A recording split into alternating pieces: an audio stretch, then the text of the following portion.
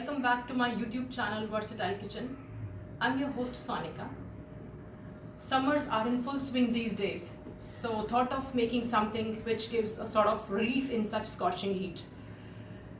गर्मी तो बहुत ज़ोरों से चल रही है, तो क्यों ना आज कुछ ठंडा बनाया जाए जिससे इतनी गर्मी में राहत मिले। तो आज हम फ्रूट आइस कैंडीज़ बनाएंगे। दो किस्म की फ्रूट आइस कैंडीज़ बनाएंगे। पहली फ्रूट कैंडी जो हम बनाएंगे वो मिक्स्ड फ्रूट कैंडी बनाएंगे और दूसरी हम कच्चे आम की कैंडी बनाएंगे। ये कैंडीज़ खाने में बहुत ही डिलिशियस होती हैं और बहुत ही राहत देती हैं, तो देर किस बात की है, चलिए आइस कैंडीज़ बनाते हैं। फ्रूट आइस कैंडी बनाने के लिए सबसे पहले मैं एक पैन को गैस पे रख लूँगी और गैस ऑन कर दूँगी।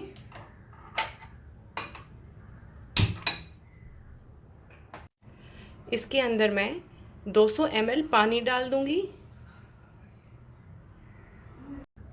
इस पानी के अंदर मैं 1 टीस्पून कॉर्नफ्लावर डाल दूँगी। कॉर्नफ्लावर डालने के बाद इसे मैं अच्छे से मिक्स कर दूँगी और अब इसे मैं लगातार चलाती रहूँगी।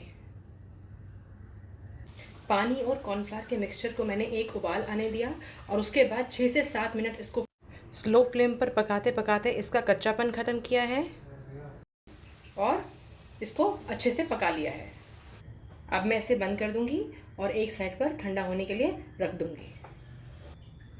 अब मैं बाकी के इंग्रेडिएंट्स भी बता देती हूँ। इसके लिए मैंने 1 कटोरी अनार को छील करके रख लिया अपने पास।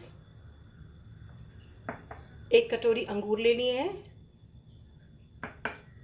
1 एप्पल ले लिया जिसके मैं छील करके छोटे छोटे पीसेस कर लूँगी और 1 आम ले लिया, इसको भी मैं छील करके इसके छोटे छोटे टुकड़े करके रख लूँगी।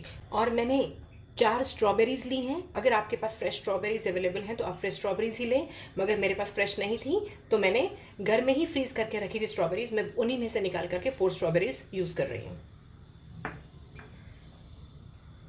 10-15 पुदीने के पत्ते जिनको मैंने बिल्कुल बारीक बारीक काट लिया अपने हाथ से। 2 से 3 टेबलस्पून ऑर्गेनिक हनी यानी कि शहद। 2 नींबू का रस।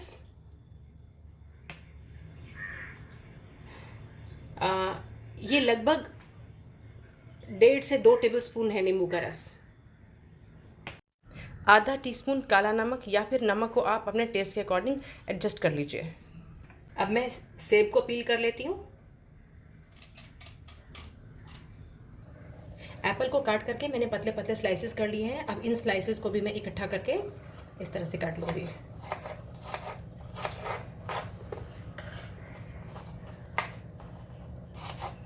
अब मैंने 1 आम ले लिया है, उसको भी धो करके मैं उसका भी छिलका निकाल रही हूँ। इसे भी मैं छिलका निकालने के बाद चॉप कर लूँगी। मैंने आम को भी छोटे छोटे टुकड़ों में चॉप कर लिया है। अब मैंने कैंडी मोल्ड ले लिया है। इसके अंदर मैं लेयर्स में सारे के सारे फ्रूट्स डाल दूँगी। सबसे पहले मैं इसमें अनार डाल दूँगी।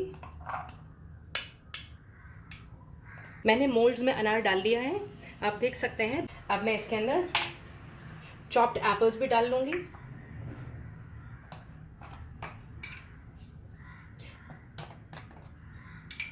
फ्रूट आप अपनी मर्ज़ी के अकॉर्डिंग डाल सकते हैं, जो भी आपके घर में अवेलेबल फ्रूट हो वही आप काट के डाल सकते हैं। अब मैं सभी मोल्ड्स के अंदर 5 से 6 अंगूर डाल दूँगी। अंगूर डालने के बाद मैंने इसके अंदर जो स्ट्रॉबेरी चॉप करके रखी थी वो भी मैंने इसके अंदर डाल दी है। अब फाइनली मैं इसके अंदर चॉप्ड आम डालूँगी। आप आम कोई भी वैरायटी का डाल सकते हैं। अब मैं इसे साइड पे रख दूँगी। अब एक ग्राइंडर में जो मैंने कॉर्नफ्लावर और पानी का मिक्सचर बनाया था थोड़ा सा मैं डाल दूँगी उसे, और उसके अंदर जो मैंने 15 पुदीने के पत्ते बारीक बारीक काट के रखे थे वो भी डाल दूँगी।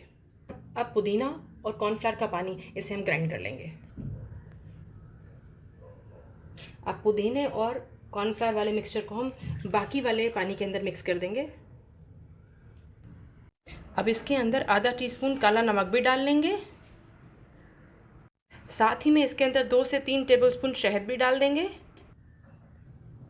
शहद कम या ज़्यादा आप अपने टेस्ट के अकॉर्डिंग एडजस्ट कर सकते हैं। और साथ ही इसके अंदर मैं 2 टेबलस्पून नींबू का रस डाल दूंगी।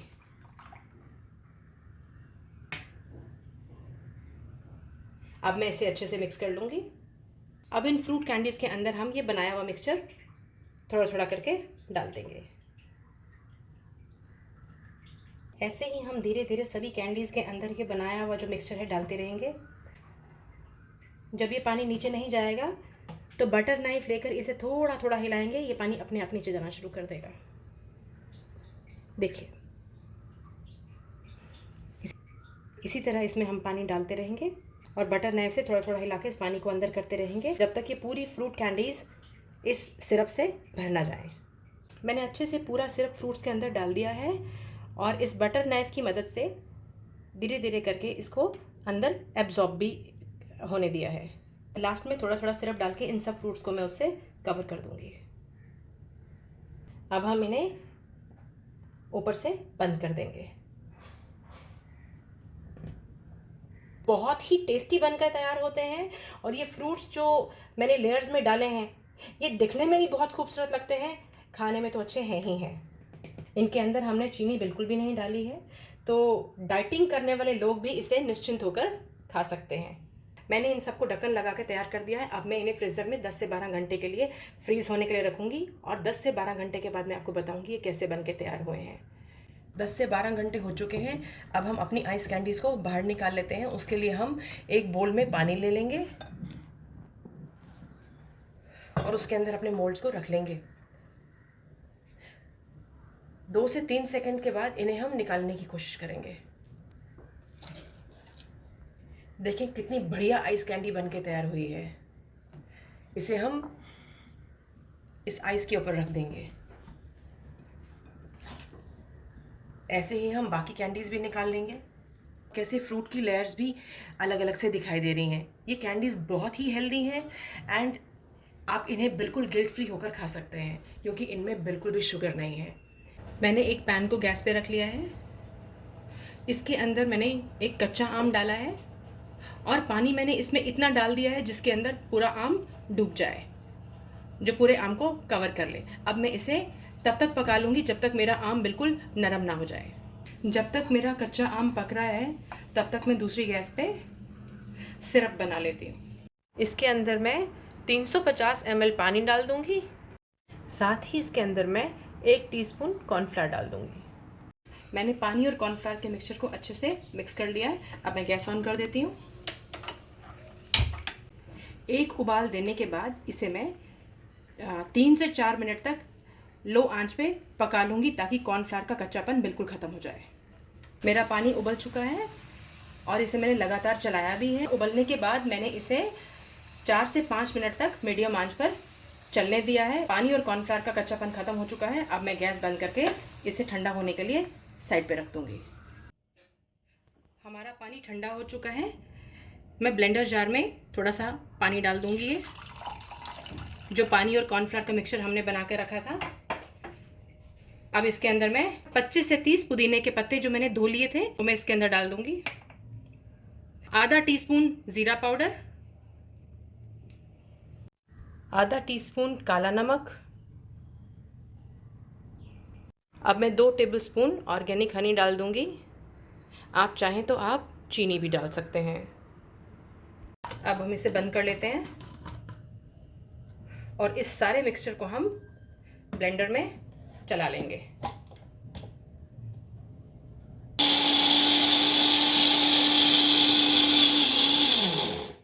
अब ये जो हमने मिक्सचर बनाया है इसे हम पैन वाले पानी में ऐड कर देंगे। हमारा आम बिल्कुल गल चुका है। अब मैं इसका अंदर से पल्प निकाल लूँगी।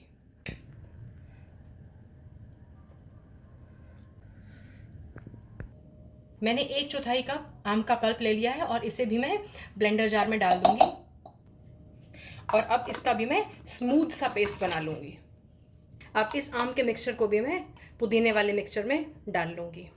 अब इस सारे मिक्सचर को हम ब्लेंडर जार में डाल करके एक बार फिर से चला लेंगे। हमारा मिक्सचर बनकर तैयार हो चुका है। अब हम इसे लॉली मोल्ड्स में डाल लेते हैं।